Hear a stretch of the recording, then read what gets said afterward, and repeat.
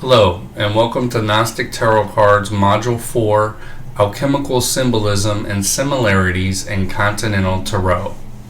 My name is Timothy Reeder-Wright. I am the author and creator of Gnostic Tarot Cards. This module is about the basics of alchemical work, the symbolism in alchemical emblems, and a little bit of how it represents some strong similarities in the Continental Tarot. Now, it's important to realize right from the get-go that Continental Tarot has a specific structure to it. So when I refer to things that are not specifically in line with the structure of Continental Tarot, I will from now on out give the sources of that information and how I believe that it might be intertwined with Tarot. Because it's important to realize that Tarot is a symbolic system of correspondence that relates alphabetically, astrologically, and numerically to the ancient mystery systems and traditions. Now, alchemy is something that has been traced back to about the 2nd century, and of course it worked before then, but alchemy is relatively new.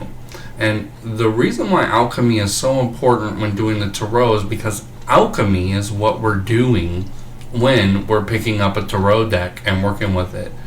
Now, later on in the 19th century, Dr. Carl Jung made a very big hypothesis that alchemy was the gateway into the Gnostic mysteries for those who were interested in psychological adaptations of symbolism and the foundations of the psychoanalytic work that he derived from working with Freud. He said that the collective unconscious deals with alchemical symbolism and doesn't even know the emblems themselves, in essence. So this work for the Continental Tarot has been done with my teacher, Payne-Towler. She has the Tarot University in arc letters that she does on all new moons. You can go to www.tarotuniversity.com to read more of her writings and how she views the alchemical tradition in relation to Continental Tarot.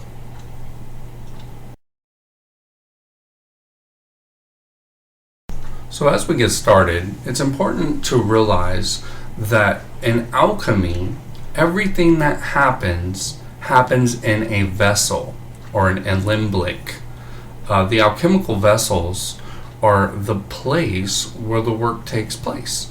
Now, in this first picture, you can see the purgatorio, where inside they show that there's an alchemical operation being done. And the next I found on a really good website, the Draken work, and it had a picture of a Sophia with a crown in an alchemical vessel. And I thought, how amazing is it that we are able to see Sophia here in her alchemical form, meaning that inside all of the vessels of the alchemical work, we have wisdom, we have the gnosis, that is taking place in this transformative process. Now, right here, you're seeing these two very different representations, but the point is that the alchemy that we're doing happens in the soul.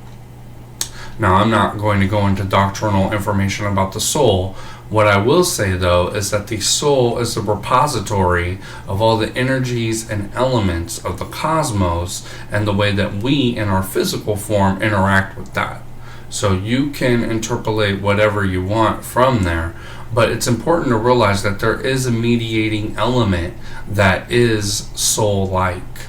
So whether or not you call this the clear mind in the Buddhist tradition, or you believe in the subtle bodies of the theosophical tradition, or you call it the vessel in the alchemical tradition, you make a communication with it similar to Carl Jung did in his Red Book. That was the private kind of recordings of him and his work with very, very highly visually stimulating stuff that he got from his alchemical and Gnostic visions. Whatever tradition you go to, you're going to need a vessel. You're going to need something in which that which is known can be known. So this is where we're starting with this module on alchemy, because the vessel is us. The vessel is our fourfold personality, our fourfold way of interacting with the world around us. And the alchemist had a way of talking about this. They called it the 4 stages of alchemical work, which we're going to introduce next. So here we have the alchemical stages. Most of these alchemy images come from a book by Alexander Rube, Alchemy and Mysticism. It's a great book. And these are used from that kind of anthology from the Hermetic Museum of a lot of the alchemical emblems that are in that book. So I pulled those directly from that source, and all credit goes to Rube for compiling them, but they're much older than that. This particular one shows the alchemical stages in their progression from the nigredo, or the blackening, to the albedo, which is the whitening, the centrius, and then the rubedo, which is the reddening. Now, a lot of the alchemists skip over the yellowing process, the cicernas, and that's unfortunate, because as we're going to see, these alchemical stages represent elements. When they talk about the elements and their effect upon some of the alchemical substances and powers, they're talking about these stages. So we see here in this picture that we have the triangles with lines through them. Now, whenever there's a line through it, it means that there's a barrier within it, kind of like a firmament. So the first one, we have the representation of Earth, and the second one, we have the representation of water. The third one, we have the representation of air, and the fourth, we have the representation of fire. So when we're looking at these elements, when they're coming up in our spread, now I don't know what suit you correspond to these elements, but there is a fact that in the Continental Tarot, these suits represent elements. They represent these 4 stages when you're referring to alchemy. Now, the blackening, as we're going to see in the nigredo phase, is some of the most disturbing work that has to be done, because that is the initial breaking of the crystallized forms of thinking and thought and emotions and behavior that are going to start us toward this path, this upward path, this anados, they call it in the Hellenic mysteries, of going toward our source. So we're going to see these stages as they progress, and some of the really good visual images that indicate what they are. So here we have a picture of Saturn, or death, ripping apart one's attachments and aversions in the nigredo phase. Now, I chose this particular image of Saturn eating his sun because it can work on both ways. Saturn, which on the Ladder of Lights, which you'll learn about from Christine Payne-Towler, is at the top of the Ladder of Lights. It is the ruler over both Sagittarius and Capricorn. And right between this area is where the monadic self comes entering through. So Saturn can eat the monad by going into the wet way, going toward Cancer through Capricorn, Aquarius, Pisces, Aries, Gemini, Taurus, and then we have Cancer. Now, while you go through this phase of the wet way, what's happening is the monad is becoming more and more a individualized, crystallized unit from its source, and it's turning into a illusion of multiplicity.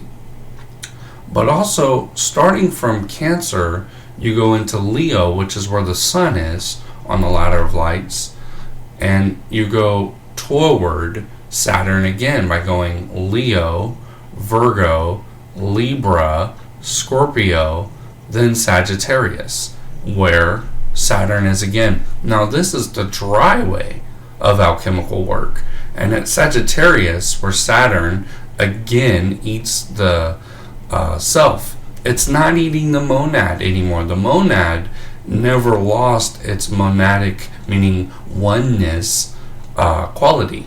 It never became something else. It only had an illusion of becoming something else. So what is actually dying at this portion in Sagittarius is the egoic self. And this is the death that's the most frightening.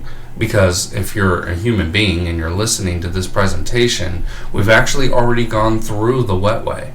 We've gone through a portion of our walking through a path into a place where we become a crystallized and distinct individual.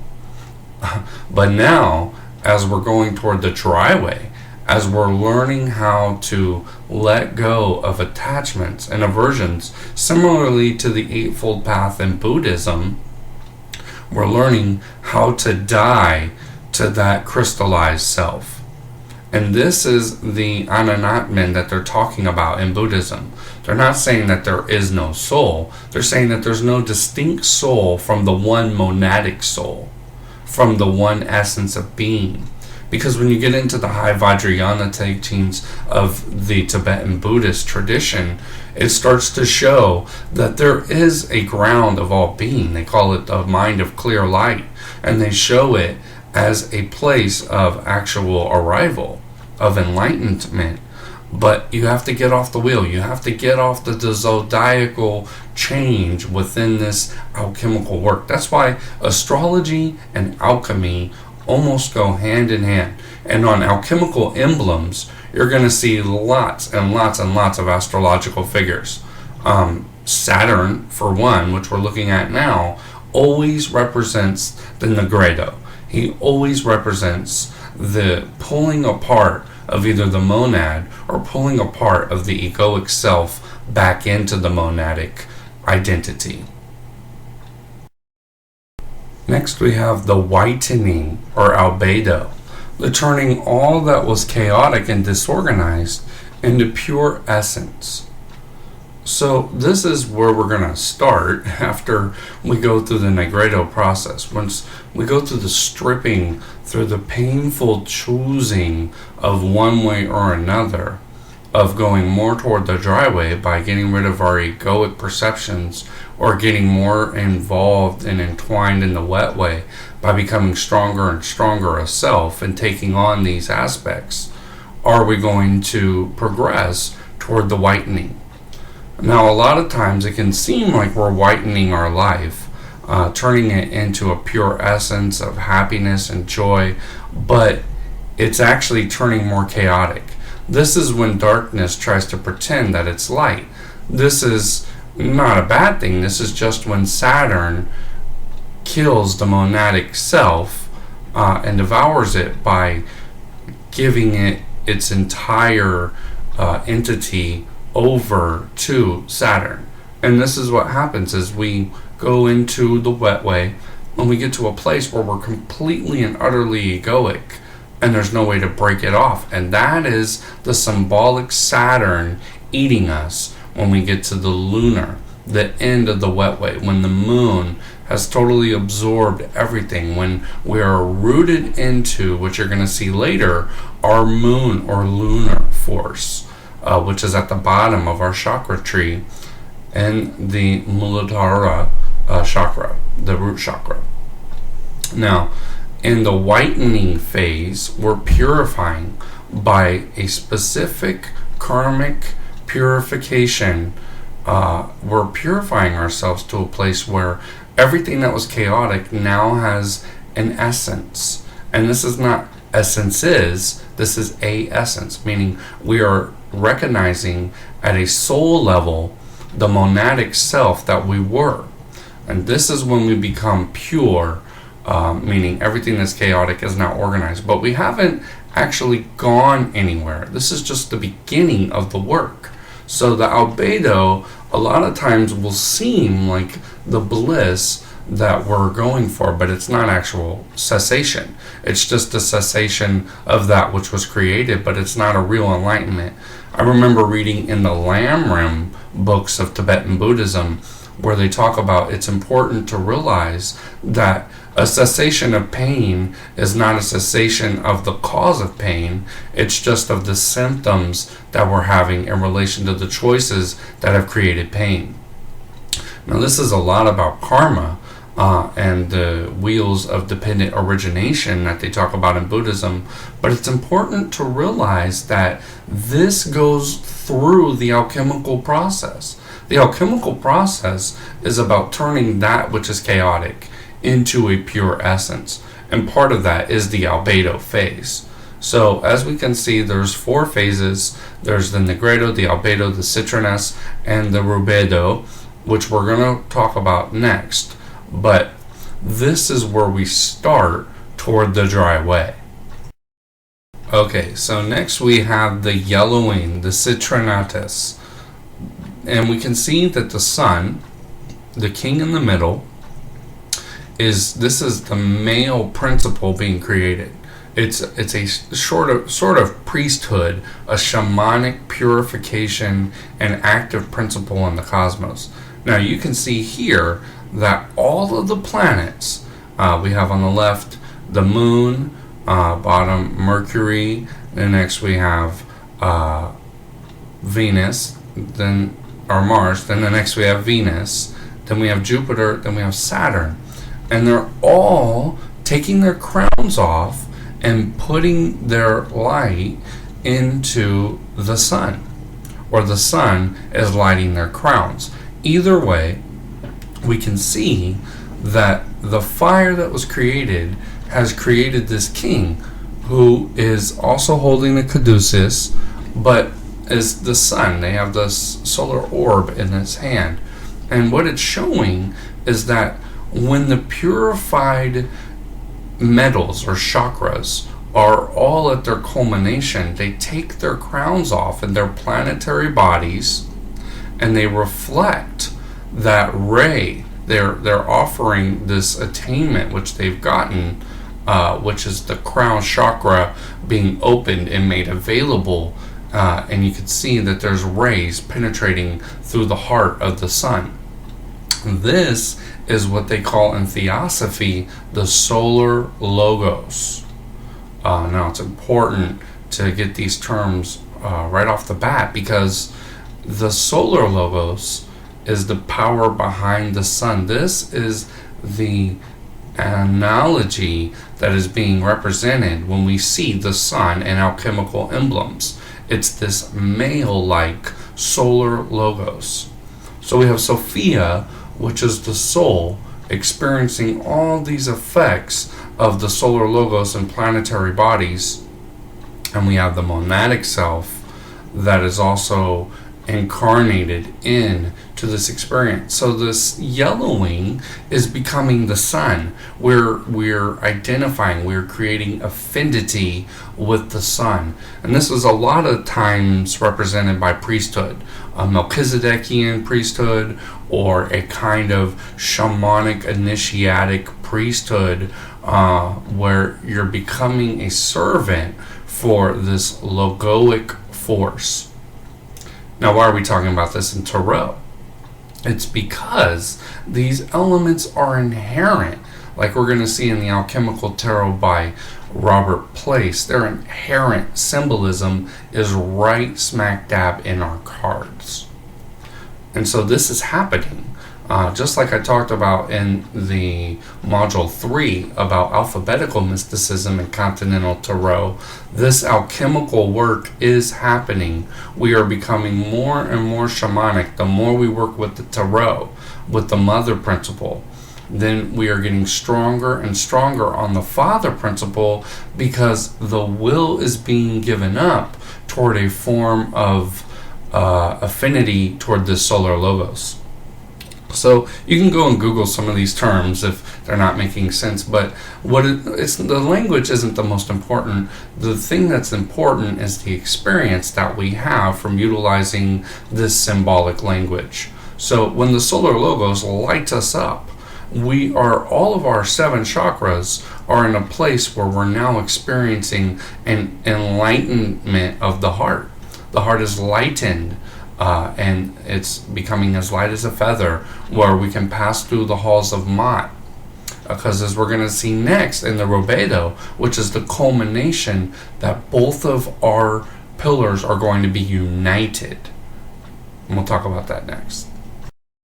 Okay, so next, in the last stage in the alchemical phases, we have the reddening, the Albedo. This is the magnum opus of the work, the great merging or conjunctio or conjunction of marriage of heaven, which is spirit, and earth on the physical plane, and the human androgyny, which is the mind, the manas. In theosophy, they say the manas, which is a Sanskrit word, is the thinker, one who has thoughts. So we have the feminine thoughts, and we have the masculine thoughts. But now we're in one mind. We're in one vessel. We're no longer experiencing some chaos from the wet way up to the lunar, and then forcing ourselves to become the sun in the dry way. We're now experiencing a nice conjunction between our chakras, meaning we're no longer afraid of the dark, and we're no longer solely focused on having the light. There's no attachment or aversion. In Buddhism, they say we're no longer seeking life or seeking death. We're no longer looking for a way to have absolute happiness and a way to ensure absolute sadness. These are the yin-yang principle becomes at one. This is when everything becomes one. This is the goal of the alchemical work, is to create the androgyny, which is to remove the polarization, the one-sidedness that Carl Jung said was the plague of the human mind, is that we try to crystallize into one side or the other rather than integrating polar opposites. So this is the form that alchemy is supposed to take us to. This is exactly what the Tarot does, because the Tarot forces us to consider in its reversals the opposite of the situation which we're looking at. So say for instance you get a Fool, and this is way showed in the Atella version. The French card maker Aliette, he spelled his name backwards, Atella, because he wanted to present these cards in a divinatory fashion. But when I analyzed these cards, it was amazing, because on the Atella cards, you can see on the reverse that there is also a principle. So it'll say something like the Fool, and then on the reverse, it'll say another thing. This is the unification in both spheres, the dark and the light. They crash together, and the human psyche is enriched by both of these. This is the reddening, because we're no longer crystallizing. We're into an androgynous way of interaction. It's maybe this or maybe that, and it's both. We're no longer saying that there's good or bad, but there's good and bad, and in all situations this can happen. We're no longer trying to create these polarities, but we're embracing them and experiencing them. This is a main work of the Tao. That's why a lot of alchemists had a very big affinity toward Chinese alchemy.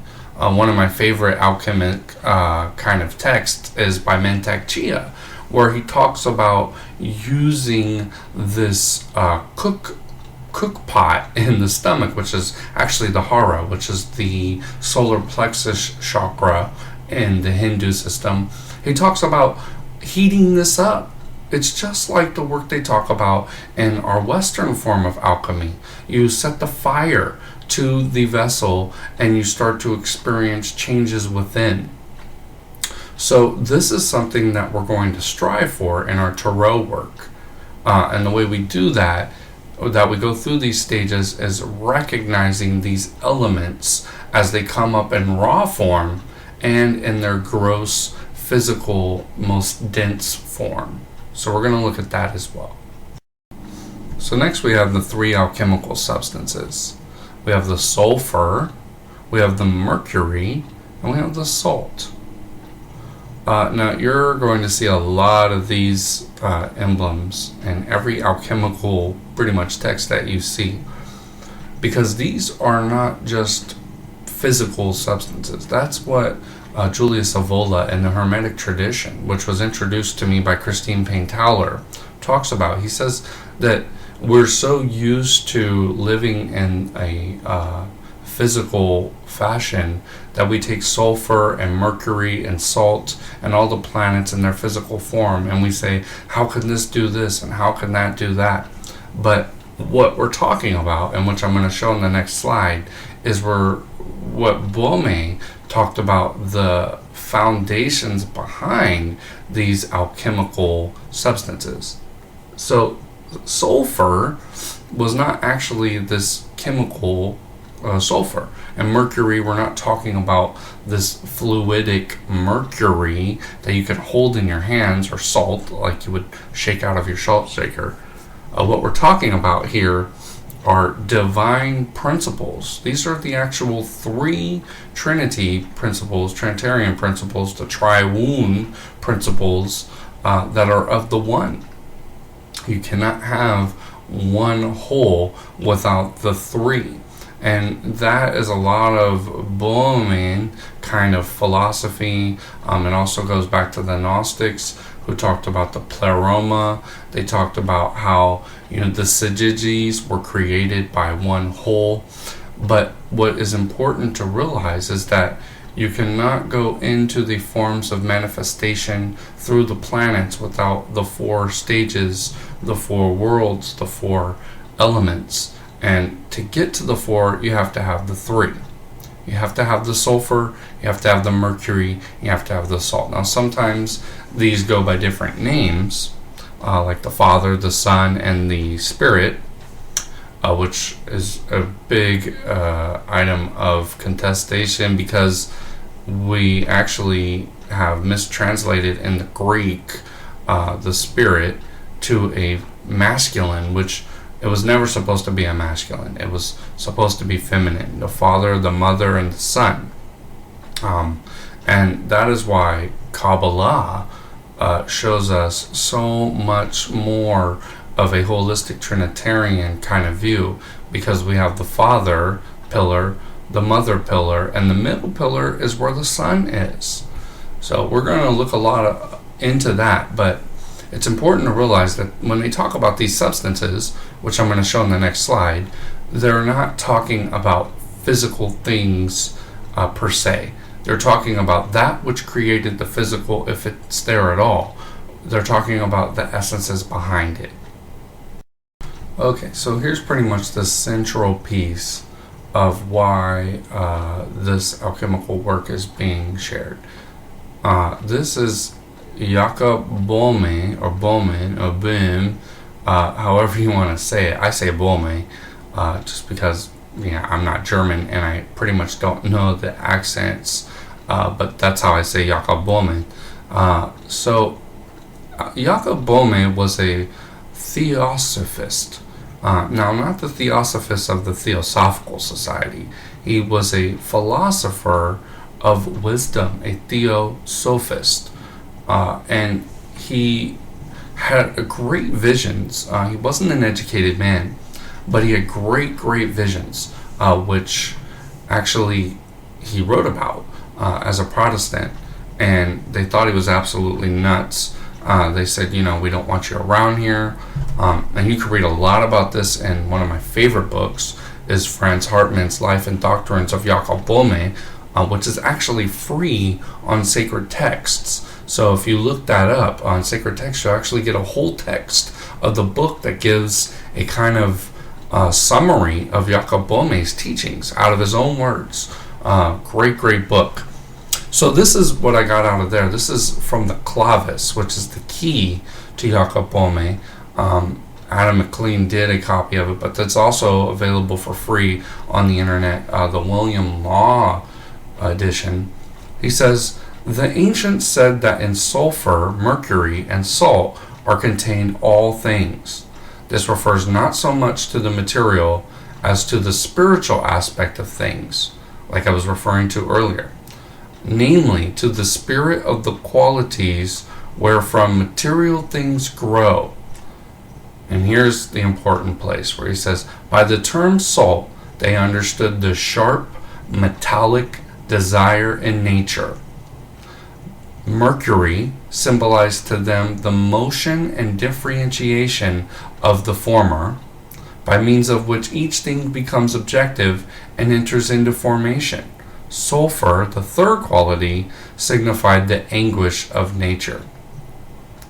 So, Jakob Bohme did not exclude the darkness. This is why he was such a good philosopher. This is why he is one of the most illumined mystics, apart from Mar Yeshua, Jesus Christ, as we know him in the Greek, but he was actually called Mar Yeshua in Aramaic. Mar meaning master, Yeshua, which was Joshua, but Yeshua is Yod, and then the Shin, and the He, and the Vav, and the He. So he had the spirit in the middle in Hebrew, but it's Mar Yeshua.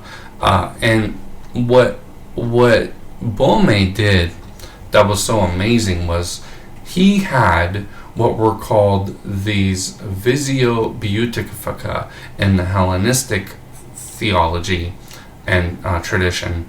They said that all initiations culminate in a great vision. Now, Boehme had a vision of all that he talks about, and he wrote about it later, but he had great visions, great experiences, and was followed by many, many mystics in the 15th century and forward and so forth. So the reason why Boehme is so important is that he wasn't educated. He was experiencing a reincarnation of what some think was Paul of Tarsus, that he was experiencing these what we call recapitulations, these re-experiences of initiatic wisdom and knowledge that he got from other lives. Now that is way high for tarot teaching, but the point is that we have available to us this kind of foundation. We can see that in the dark and the light, we're able to embrace the fullness of these spiritual qualities from which every material thing grows. So we're getting to what's called first principles of Plato and Socrates. We're getting to the prime metaphysics.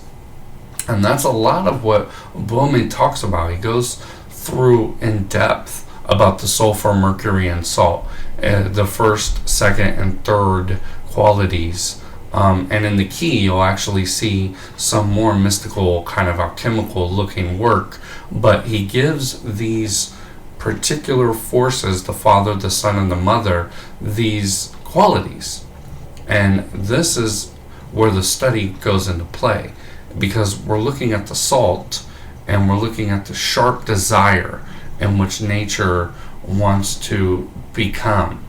And then we're looking at the motion and how nature becomes. And then we're looking at the third quality, the anguish of not being that which sparked the desire in the first place. So Boehme believed that there had to be this dark and this light to create a whole natural world. That is why he's so revered, because he was not stating good or bad like a lot of the Protestant theology was being stated back in the 1500s, but he was stating a universalistic kind of approach. He was very, very kind of all-in-one philosopher, and that's why when we talk about monadic spirituality, monism, monophysites kind of tend to go toward Jakob Bohme because of his great contributions toward alchemical language and theosophy.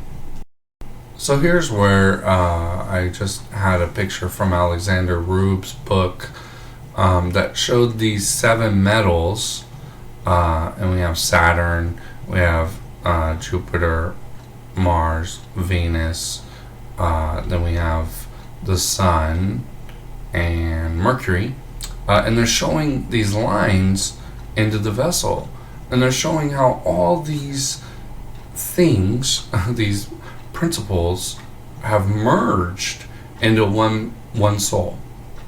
And that's what we're looking at.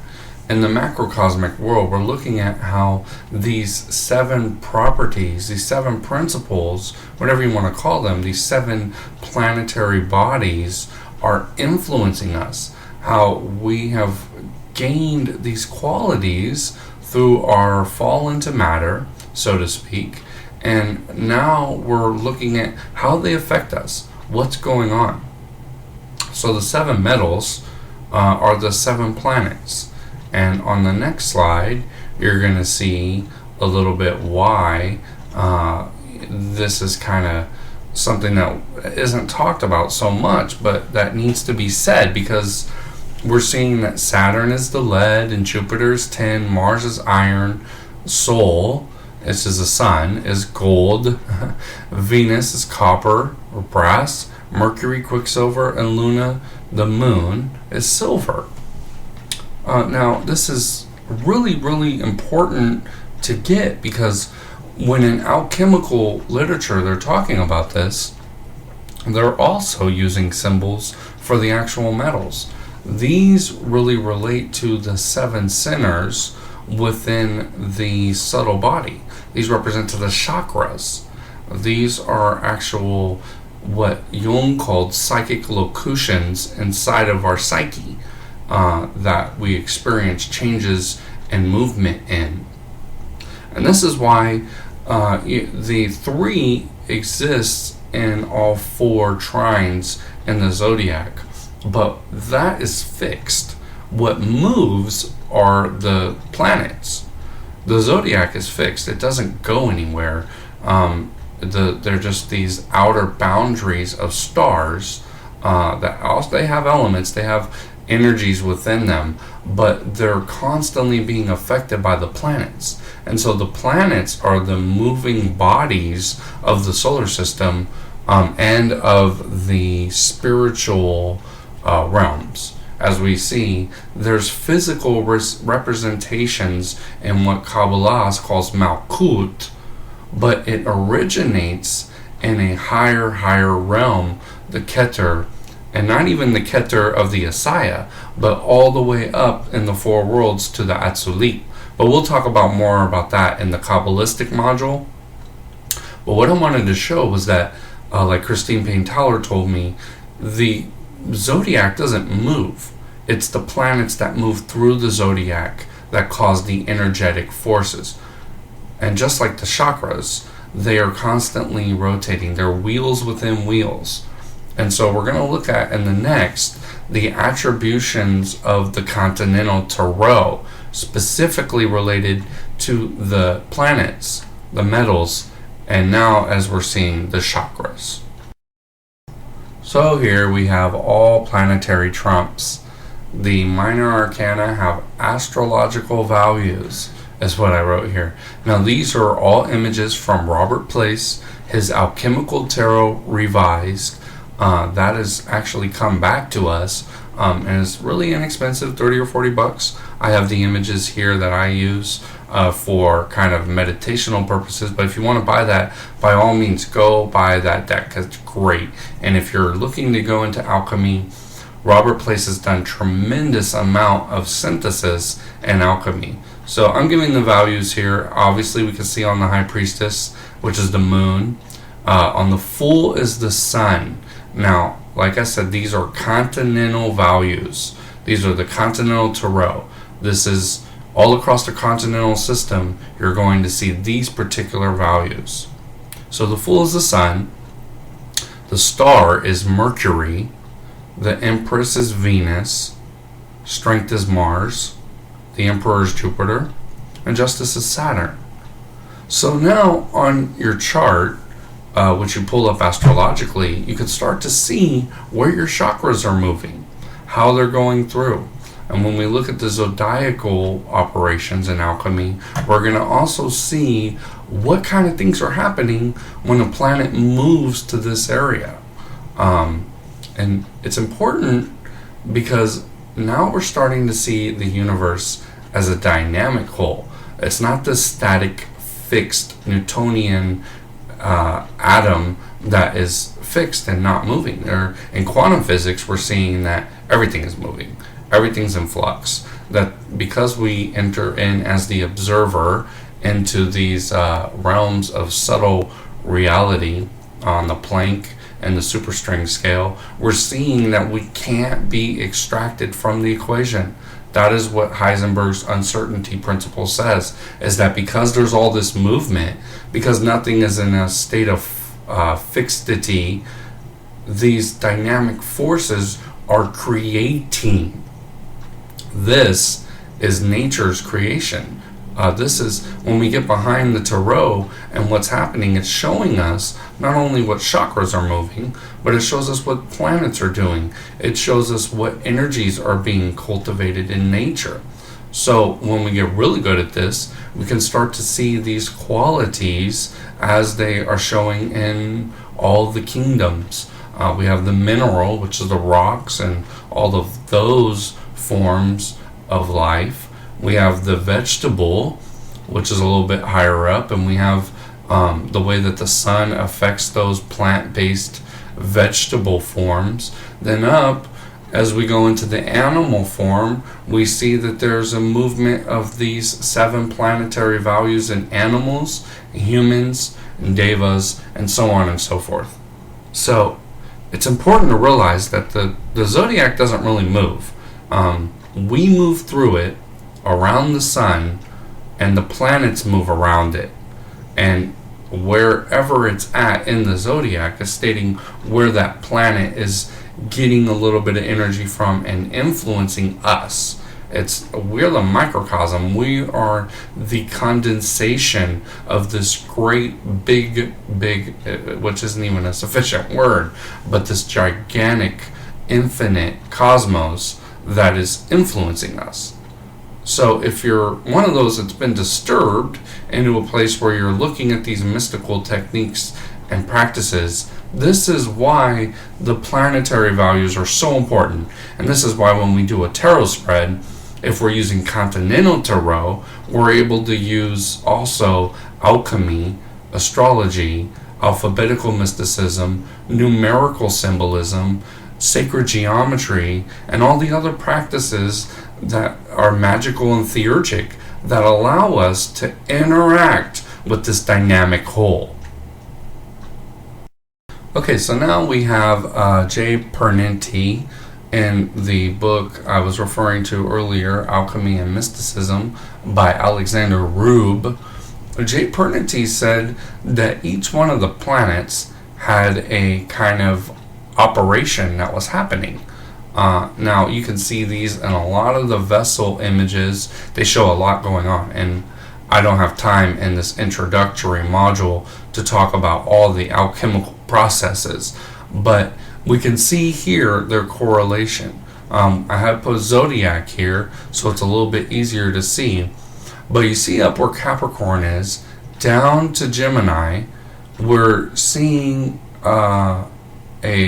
what's called the wet way. Okay, so we have 1, 2, 3, 4, 5, 6, and then starting in Cancer, we have the culmination of the wet way, which is actually where the moon is, and then in Leo we have the sun, so it goes up to Capricorn or to Sagittarius. So we have 1, 2, 3, 4, 5, 6.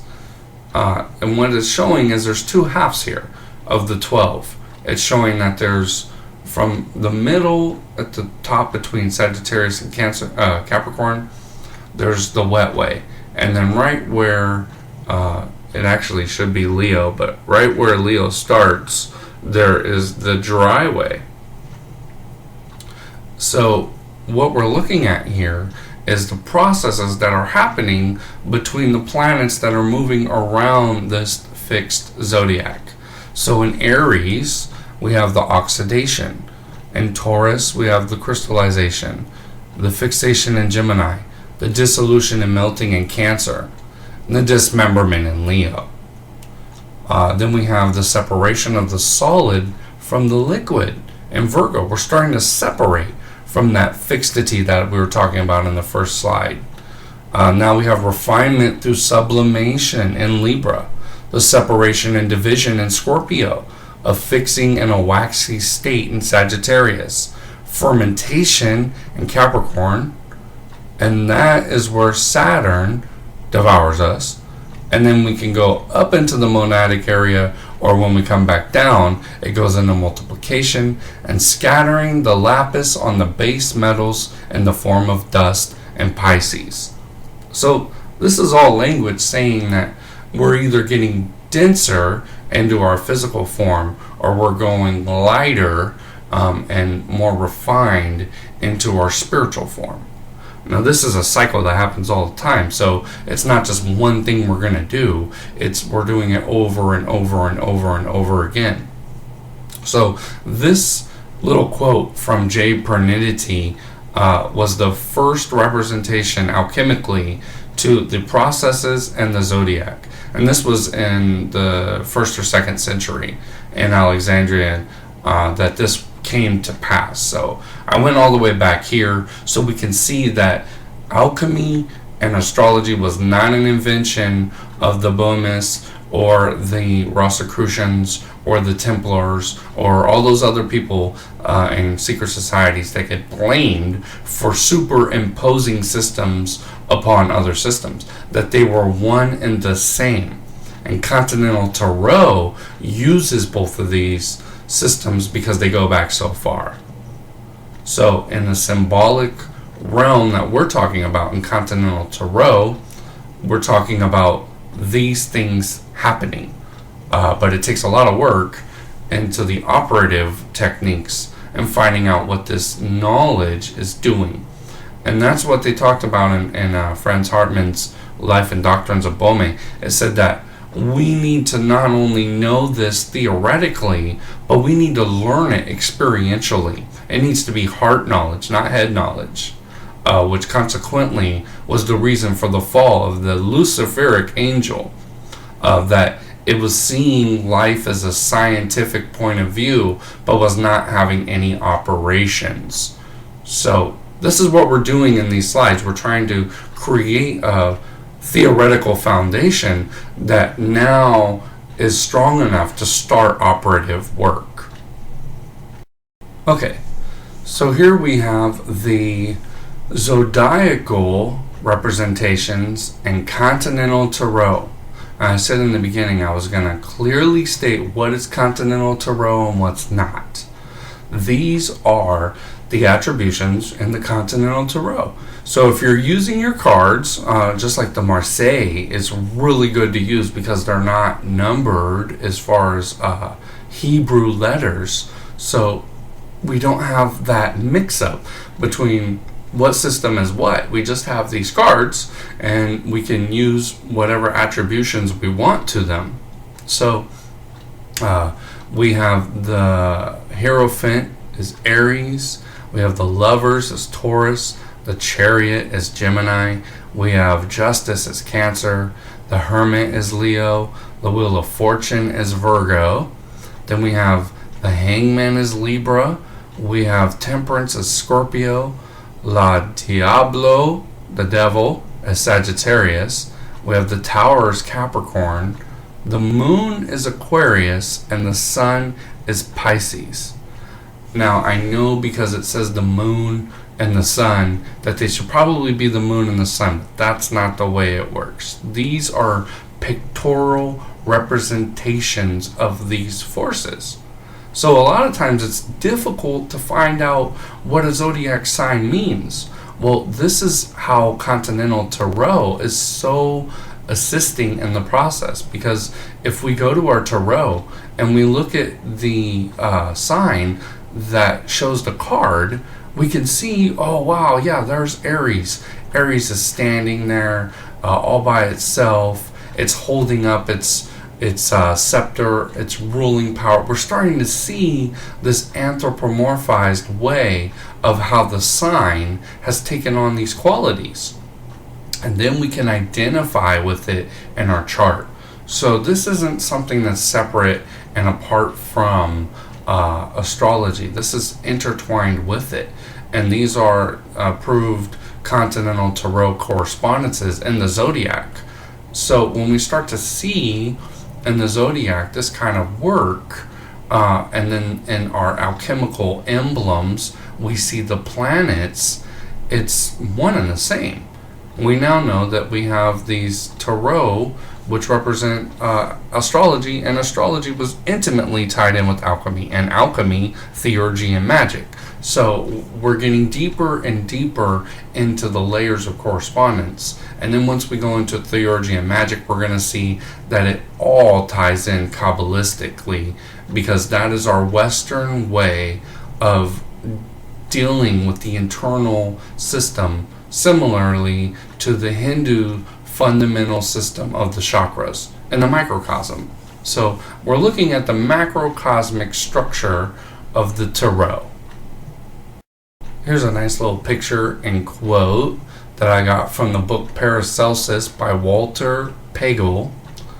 Now, throughout this webinar, I've been saying words like magic and theurgy, alchemy, Kabbalah, sacred geometry, numerology, astrology, alphabetical mysticism. All of this is one thing. It seems like it's all divided into all these different things, but what it is it's different ways of approaching the one thing. The one thing is the primordial potential that we can use to build with. So in this quote, Paracelsus says the Iliaster, however, is a general reservoir of building material. This is the infinite stuff they talk about in the Planck, the superstring, the zero-based reality of quantum physics. They're saying that this is the place we draw all the energy from. And this is but primordial, potential. It's potential, man. It's potential tree or potential creature. It is something without individual life or individuality. I love this quote because it says in the picture, you're surrounded and held in the one Merkaba, the one throne, surrounding the earth, the dispensation from the central sun through the Queen of Light, which is Sophia, allows your activation through grace, the Queen of Light. This is a message to us from Sophia. It's saying that this entire cosmos was created by me, your Queen of Light, your mother. And the Father had given me all of this. The Father is the one, the Merkaba, but it's also showing that there is a dispensation. The dispensation of the central sun, S-U-N, is also the S-O-N. But there's also a daughter. It's not a son as far as a masculine guy with a penis up in the cosmos. And there's not a father as in a dude with an old beard and a mommy that's up there, with a cooking pot or whatever. We're not talking about that. We're talking not about genders or sexes. We're using human words to understand transcendental language. These are the reservoirs that we have that are closest to these energies and essences that we have in the cosmos. And that's why it's so difficult to get through, because these are anthropomorphized ways of speaking. These are subtleties that are beyond our language, but that are in energetic form and can be felt, that are behind this. These are potentialities. These are primordial things before they're actual things. So it's important to realize that this is what Boehme, this is what the alchemists were talking about. They were not talking about gold as a brick that you can scrape and check its purity. When they said that, they were talking about the essences of these physical things that everybody was so obsessed with. And that's why we're kind of doing this work, to show that there is this kind of correspondence to these transcendental linguistic terms, but that we need to go beneath the letter of the word to the spirit of the word. Okay, and here we have an alchemical version of the divine man, man meaning manas, the Sanskrit thinker. This is the holy fool. This is a picture, actually, from Dionysius Andreas Freyer, which was a student of Jakob Bohme in the late 16th century, of the three tables. This was on the third, I believe, table, but this particular picture is the fool in the tarot deck, the Tarot of the Holy Light, by my teacher Christine Payne-Towler and her partner Michael Dowers. Now, this deck has been created as a way to show these alchemical, astrological, alphabetical, numerical symbolism. I highlighted this card because it was actually on her website, tarotuniversity.com. And it shows, if you look real closely, it shows Saturn at the ajna, or the third eye. It shows the sun. It shows the sun at the heart. And then we see a solar plexus, kind of Martian force, or Mercury. Then we see Luna, the moon, at the sexual root chakra. So what we're seeing here is the planets and their direct correlation to the centers in our body. Now, on other pictures of the three tables of Freyer, it opens up to show more and more subtleties of this alchemical symbolism. But inside the body, it shows how the organs are also planetary bodies and influenced by those planetary bodies, by the metals and the chakras. This is super important because in the work by Mantak Chia, you're going to see that they actually represent the organs. The organs are these alchemical planetary forces. And they talk about giving an inner smile. And if you look at our Holy Fool, they're smiling at their organs. So all these systems, they're not Continental Tarot. What they are is they're individual systems that the Continental Tarot can highly, highly work with. Especially the Chinese alchemy. I mean, you give yourself the inner smile, like Mantak Chia says, and your organs start to vibrate a different energy. They start to give off what's called chi, or ki, and they start to generate this divine auric field around you, where you become more infinity with these forces. So this is the divine form in its finished, realigned, alchemical culmination.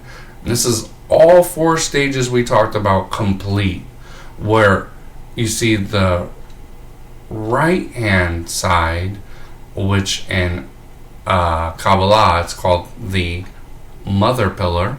We'll go about that more some other time. But the mother pillar is totally inert. It's not active because this is the fallen. So this isn't actually the mother pillar. It's difficult to explain, but when fallen man is regenerating, which we're seeing here, the mother pillar, which is that of the will, is not being used.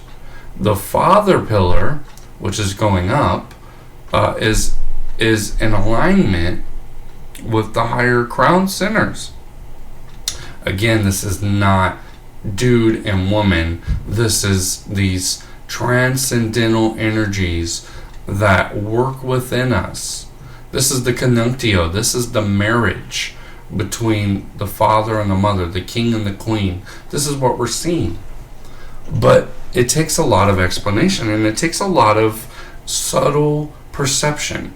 And that's why we're showing this, because the Fool, the Sun, the Holy Fool, the Divine Man, as Christine Payne-Towler and Michael Dowers has put here on this beautiful art collage of 15th century alchemical emblems, highlighting the theosophy of Jakob Bohme. We're seeing all of these subtle systems and techniques talked about in a form that's a picture.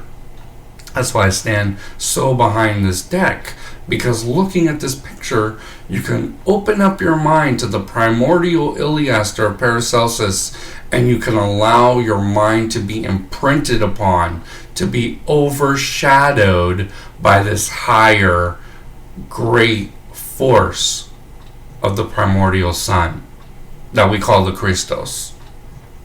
So this is a little bit of a theoretical presentation of alchemy and what happens generally in the alchemical process. I'd highly recommend to read Alexander Rube's book, Alchemy and Mysticism, anything by Robert Flood. Read as much as you can about Jakob Bohme. Go to Gichtel, go to Freyer, read up about this. And definitely pick up Julius Evola's Hermetic tradition. And if you want to study alchemy with the Continental Tarot, go back in the video and use these attributions and start to see in your chart how alchemy is making its movements known, and how you can start to align with these stages and perform the great work yourself. Okay, well, thank you for looking at this presentation of the introduction to alchemical symbolism and its similarities with Continental Tarot. As always, you can go to the website GnosticTarotCards.com to see more developments and meditational seed thoughts and developments working with the Continental Tarot and some of these systems we're talking about. If you like this video, go to YouTube channel Gnostic Tarot Cards. We got lots more of them there. They're free for the time being. They haven't gone into publication for actual monetary value yet. But if you like them, go to the site, look at the blog. We're on Facebook, Twitter network, blogs, and bloggers. So if you go to your favorite search engine and search Gnostic Tarot Cards, you're pretty much going to find us. My name is Timothy Reeder-Wright. I was happy to present this to you and hope to hear back from you soon.